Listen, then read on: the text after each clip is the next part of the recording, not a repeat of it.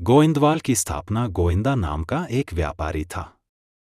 उसकी ज़मीन ब्यास नदी के किनारे थी। व्यापारी होने के कारण उसे अक्सर लंबे समय तक दूर देशों और प्रदेशों में रहना पड़ता था। एक बार जब वह बाहर गया हुआ था तो उसके साझेदारों ने उसकी ज़मीन पर कब्जा कर लिया। उसने अपनी ज़मीन वापस लेने की बहुत कोशिश की, लेकिन उन्होंने ज़मीन छोड़ने से इनकार कर दिया। अंत में उसने दिल्ली में मुकदमा दायर कर दिया और मन ही मन यह वचन लिया कि अगर वह मुकदमा जीत गया तो वह आधी ज़मीन खडूर साहिब के गुरुजी के नाम कर देगा।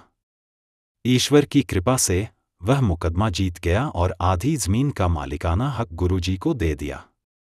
इसके बाद उसने अपनी ज़मीन पर एक नगर बसाने का निश्चय किया। लेकिन मुकदमा हार चुके रिश्तेदार रातों रात उसके बनाए हुए घर तोड़ देते थे। उन्होंने यह अफवाह भी फैला दी कि गांव में भूत बसते हैं जो रात को घर गिरा देते हैं। इन घटनाओं से गोइंदा बहुत दुखी हुआ और गुरु अंगद देव जी के दरबार में पहुंचा। उसने विनम्रता से नगर बसाने में आ रही कठिनाइयों के बारे में अर्ज की। गुरु जी ने भाई गोइंदा की विनती स्वीकार कर ली और नगर बसाने में मदद करने का आश्वासन दिया। उन्होंने तुरंत बाबा दासू को बुलाया और उन्हें आदेश दिया कि वे गोइंदा के साथ जाकर नगर की स्थापना करवाए।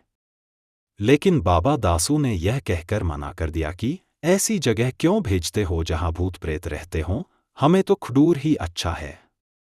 जब बाबा दातू को बुलाकर भाई गोइंदा के साथ जाने को कहा गया तो उन्होंने भी टाल मटोल कर दी। गुरु जी ने जब देखा कि उनके अपने पुत्र भी जाने को तैयार नहीं हैं, तब उन्होंने यह निर्देश बाबा अमरदास जी को दिया। उस समय बाबा अमरदास जी को अभी गुरुगद्दी नहीं सौंपी गई थी। वे तुरंत जाने के लिए तैयार हो गए। भूत प्रेत का डर दूर करने के लिए गुरुजी ने उन्हें एक लकड़ी का डंडा दिया और हिदायत दी कि निर्माण कार्य और सफाई पूर्व दिशा से शुरू की जाए। गुरुजी का निर्देश और डंडा लेकर बाबा अमरदास जी भाई गोइंदा की ज़मीन पर पहुंचे और पूर्व दिशा से नगर का निर्माण कार्य शुरू कर दिया। इलाके के सिख संगत भी मदद के लिए पहुंच गए। भाई गोइंदा ने मजदूरों और सामान की व्यवस्था कर दी। क्योंकि यह स्थान मुख्य मार्ग पर था, इसलिए यहाँ कई सराय और हवेलियां बनवाई गईं। गुरु साहिब के लिए सत्संग भवन और आवासीय मकान बनाए गए। बाहर से आने वालों के लिए बाजार और दुकानें भी स्थापित की गईं। इस प्रकार थोड़े ही समय में गोइंदा की ज़मीन पर एक सुंदर नगर बस गया। गोइंदा के नाम पर ही सिखों ने इसका नाम गोइंदवाल रखा। बाद में जब गुरु अंगद देव जी ने बाबा अमरदास जी को आदेश दिया कि वे अपने पूरे परिवार को गोइंदवाल ले आए, तो वे परिवार समेत यहाँ आकर बस गए। लेकिन बाबा अमरदास जी ने अपनी सेवा में कोई कमी नहीं आने दी।